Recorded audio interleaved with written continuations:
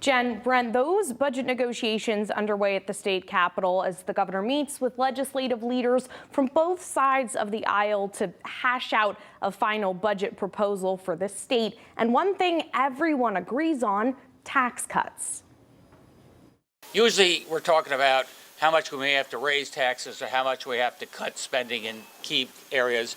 Now we're having a debate about how much additional investments we make in, say, education, and how big a tax cut we're going to have. A historic surplus for the state, potentially leading to historic tax cuts for residents, something people have been waiting for. Hoping yes, maybe not thinking it would come to fruition.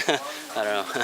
Tran is the manager of Adong Supermarket in West Hartford. Opened by his parents more than 30 years ago, Tran says these tax cuts would benefit his business and his customers. It's enough breathing room to pay for their bills, feed their families without anxiety.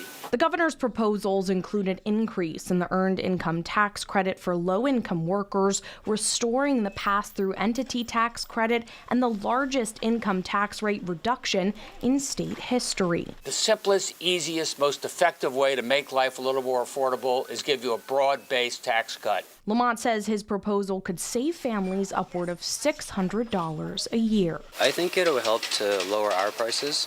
And that way, more people shop, I think it's kind of like a circle, right?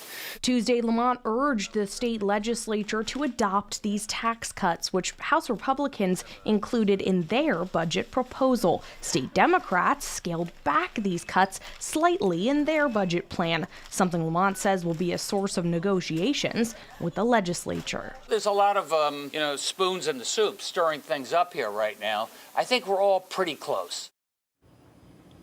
As the governor says, negotiations might be close, but they do have a ticking clock as that final budget needs to be approved by the end of this legislative session, June 7th. Brent, Jen.